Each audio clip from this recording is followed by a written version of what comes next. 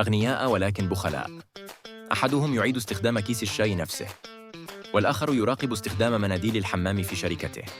هذا الأمر قد يبدو طبيعياً للبعض، لكن نحن نتحدث عن أكثر رجال العالم ثراءً. فهل تشير عاداتهم إلى أنهم بخلاء؟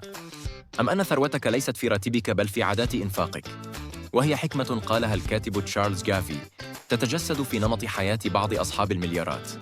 لنتعرف على البعض من عاداتهم التي لا تنعكس أبداً على ما يملكونه من مليارات.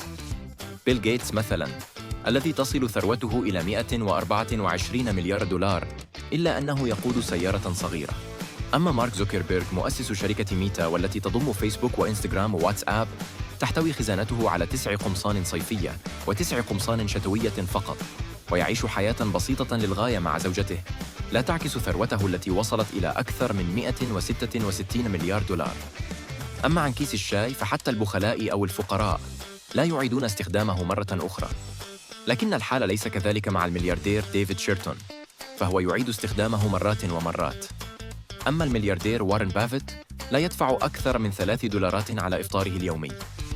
أما أدق التفاصيل في ترشيد الاستهلاك فقد تربع على عرشها الملياردير عظيم بريغمي، الذي يقوم بإطفاء أنوار شركته ليلاً ويراقب استخدام المناديل الورقية في شركته.